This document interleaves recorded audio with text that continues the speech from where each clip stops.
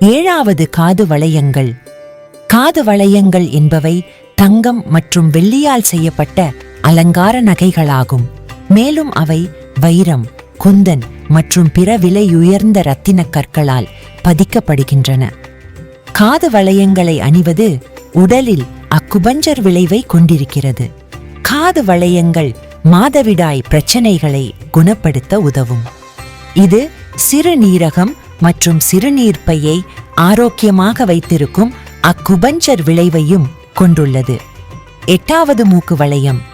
மூக்குத்தி பொதுவாக தங்கம் மற்றும் வெள்ளியால் ஆனது.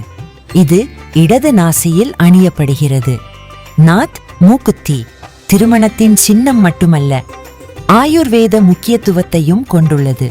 மூக்குத்தி குத்துவதற்கான இடம் ஒரு பெண்ணின் இனப்பெருக்க உறுப்புகளுடன் தொடர்புடையது.